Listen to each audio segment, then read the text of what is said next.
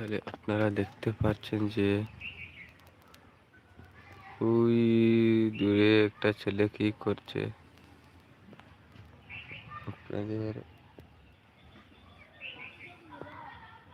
দৃষ্টি ওকে ধরতে পারছে কিনা আপনারা দেখতে পারছেন কি বলে যাবেন।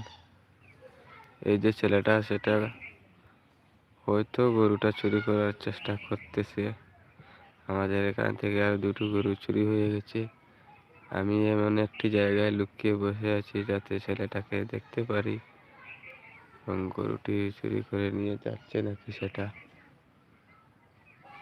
দেখতে পারবো। যদি নিয়ে যায় তাহলে মানুষ ডেকে নিব, মানুষ ডেকে নিয়ে ওকে পাকড়াও করে নেব।